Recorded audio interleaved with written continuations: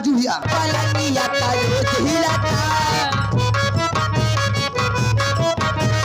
बाकी भतार में न माता मिलता लेके पलंगिया का रोज हिलाता बाकी भतार में न माता मिलता चौकी बहुत नहीं थे सही से मिलल बलम के बाहुड़ बा बेलन बा बलम के बाहुड़ बा बेलन बा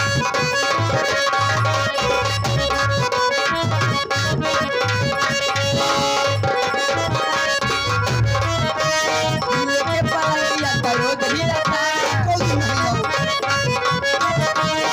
लेके पलंगिया का रोज हिलाता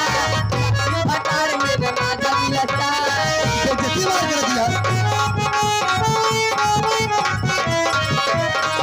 चौकी बहुत नहीं थे सही से मिलल बा बलम के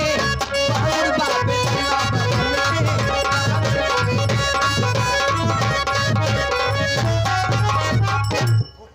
तो कहा तहुरे वैसे बात बताओ ना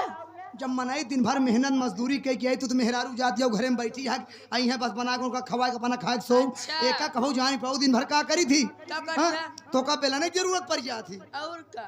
ये आगे हमारे बेल्ला बाउरत हम क्या ये करें आगे हमारे मनोज यादव जी ड्राइवर साहब वो सामने बैठा है वाह 51 रुपया तोरे बरे 51 रुपया हमारे बरे बा कहने 51 रुपया तू ले ले 51 रुपया वो पत्थर की दे दिया